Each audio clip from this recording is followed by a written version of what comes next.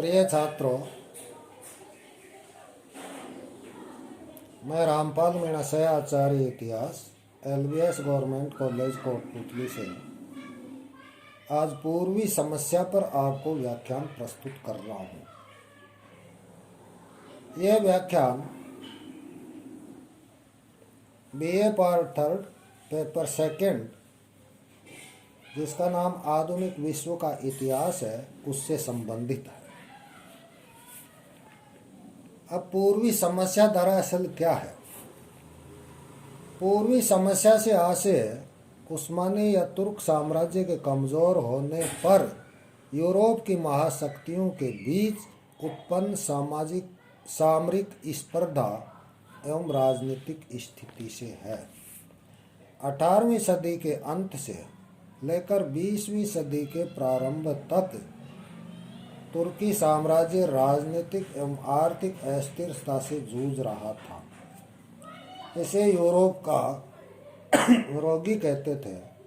पूर्वी समस्या के अंतर्गत एक दूसरे से जुड़ी अनेकों समस्याएं थी, जैसे तुर्क साम्राज्य की सैनिक पराजय, संस्थानों का दिवाला, तुर्की साम्राज्य में राजनीतिक एवं आर्थिक आधुनिकीकरण का अभाव, प्रांतों में सामाजिक एवं धार्मिक राष्ट्रीयता का उदय तथा महाशक्तियों की आपसी प्रतिस्पर्धा।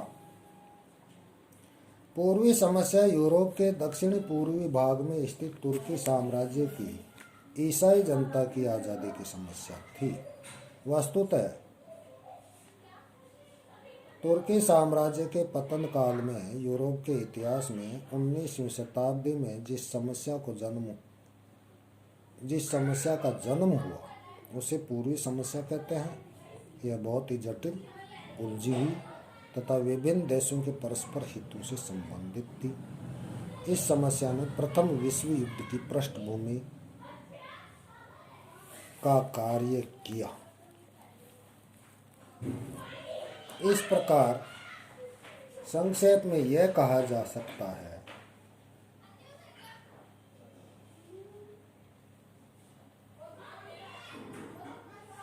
कि दक्षिण पूर्वी यूरोप में अर्थात बाल्कन क्षेत्र, जिसको बाल्कन क्षेत्र कहा जाता है, तुर्की साम्राज्य के विघटन से उत्पन्न हालातों का लाभ उठाते हुए यहाँ की ईसाई प्रजा तुर्की के आधिपत्य से मुक्ति चाहती थी।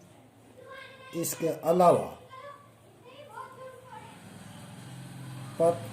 पतनोन्मुख तुर्की साम्राज्य का स्थान कौन सी महाशक्ति ले, या तुर्की साम्राज्य के विघटन से उत्पन्न राजनीतिक शून्यता को भरने की जो समस्या थी उसे पूर्वी समस्या कहा जा सकता है। अब पूर्वी समस्या की भूमिका, इसके बारे में संक्षेप में अपन चर्चा कर लेते हैं।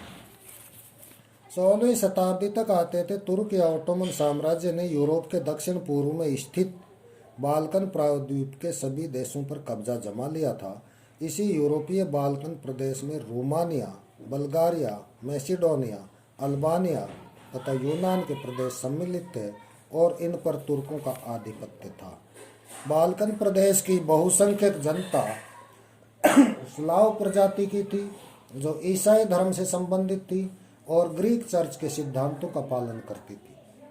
ऑटोमन शासक इन ईसाइयों पर अत्याचार करता था। 18वीं शताब्दी तक तुर्की साम्राज्य बहुत बड़ा था और शक्तिशाली बना रहा, किंतु तुर्की सुल्तानों की विलासी प्रवृत्ति एवं अत्याचार के कारण यह विशाल साम्राज्य पतन की ओर अग्रसर हो चला था। बाल्कन प्रदेश में रहने वाली विभिन्न जातियां अपनी स्वतंत्रता के लिए आंदोलन करने लगी।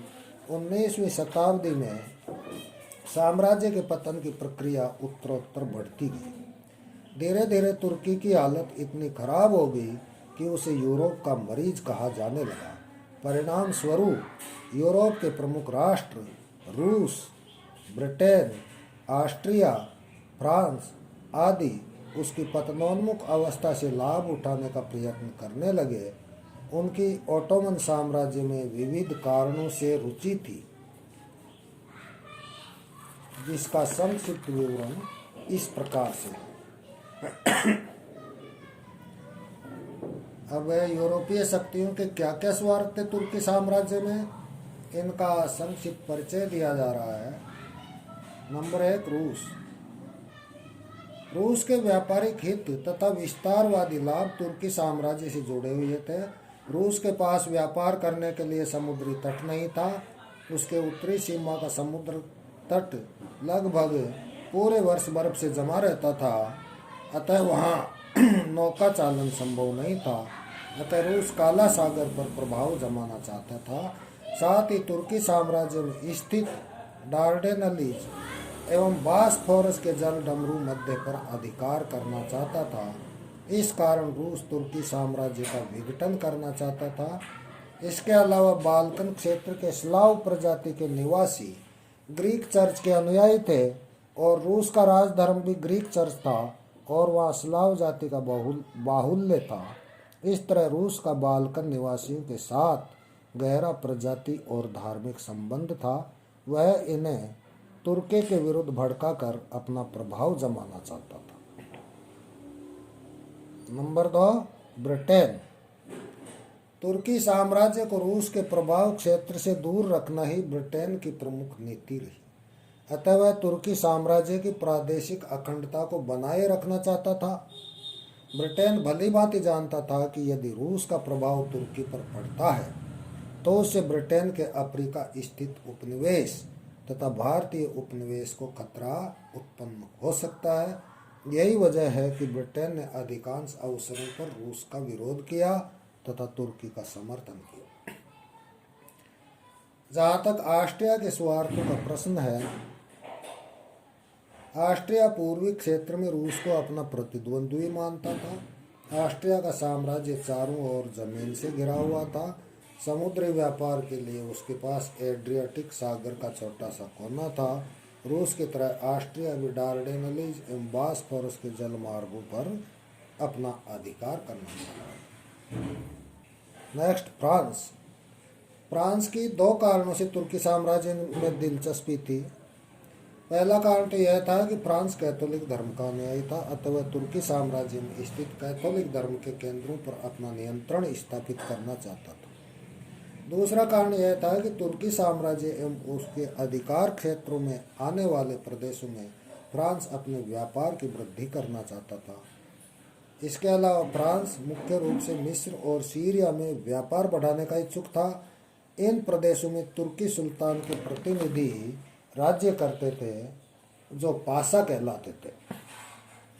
फ्रांस सदैव इन पाशाओं को तुर्की के खिलाफ सहायता और समर्थन देकर मजबूत करता रहता था।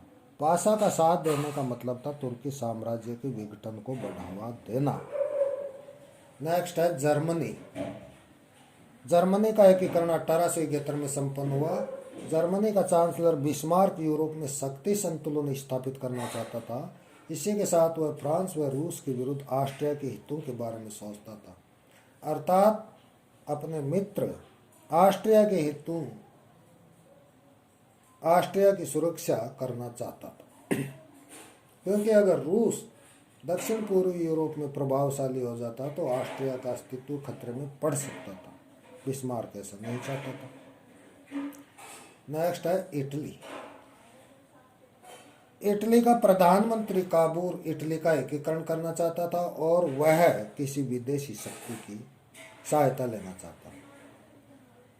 क्रीमिया का युद्ध ऐसा अवसर था जो ब्रिटेन और फ्रांस ने रूस पर लड़ा, रूस के विरुद्ध लड़ा और काबूल फ्रांस का समर्थन लेकर के इटली के एकीकरण के लिए अंतर्राष्ट्रीय वातावरण तैयार करना चाहता था। इसके अलावा वह फ्रांस का सहयोग भी प्राप्त करना चाहता था। संक्षेप में, तुर्की के यूरोपीय क्षितिज से विलुप्त होने से उत्पन्न रिक्तता को भरने की समस्या यूरोपीय इतिहास में पूर्वी समस्या या पूर्वी प्रश्न के नाम से जानी जाती है। पूर्वी प्रश्न में अनेक तत्व शामिल थे, जैसे तुर्की की सैन्य पराजय, तुर्की का संस्थागत दिवालियापन, तुर्क प्रांतों में जातीय व धार्मिक राष्ट्रवाद का उदय, महान शक्तियों की प्रतिद्वंद्विता। पूर्वी प्रश्न की उत्पत्ति सामान्यतः 1774 ईस्वी में रूसी तुर्की युद्ध जो 1768 से 1774 तक चला, उसमें तुर्की की हार के साथ होती है। साम्राज्यवादी रूस तुर्क साम्राज्य के पतन से लाभ उठाने के लिए खड़ा था। दूसरी तरफ ऑस्ट्रिया, हंगरी और ग्रेट ब्रिटेन ने साम्राज्य के संरक्षण को अपने सर्वोत्तम हित में माना। प्रथम विश्व युद्ध में तुर्की साम्राज्य के पतन व विभाजन के साथ पूर्वी समस्या का अंत हुआ। यही थी पूर्वी समस्या।